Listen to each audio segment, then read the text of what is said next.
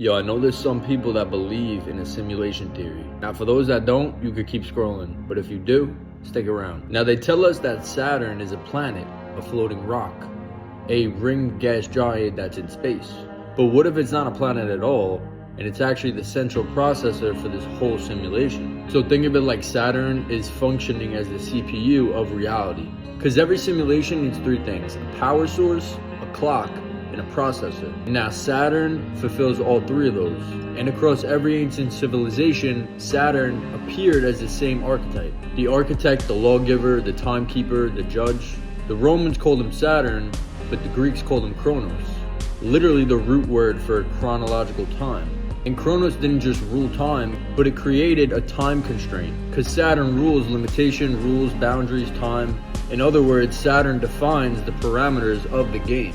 And just like a CPU will set the limits for what a software can do. And now the thing is, Saturn isn't silent, it's always emitting a powerful electromagnetic frequency. And there's scientists that actually discovered that Saturn is always emitting a signal. And this is known as Saturn's kilometric radiation, which is a constant transmission, like a broadcast. In ancient civilizations, they didn't just rule Saturn as a sphere, but it was a ringed eye. And that's because rings amplify signals, just like an antenna. So Saturn doesn't orbit, but it broadcasts. So now what gets interesting is that at Saturn's North Pole, there's a hexagon.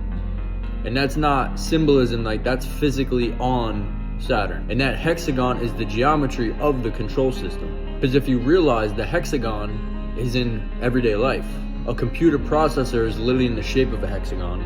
A honeycomb is in the shape of a hexagon, coming from sacred geometry, and the hexagon is even in CERN symbolism. And the hexagon pretty much symbolizes efficient energy containment. 6 sides, 6 directions, and 6 points of balance.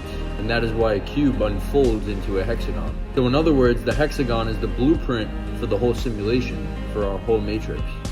But I ain't gonna get too deep into it, but let me know if you guys want a part 2. Peace.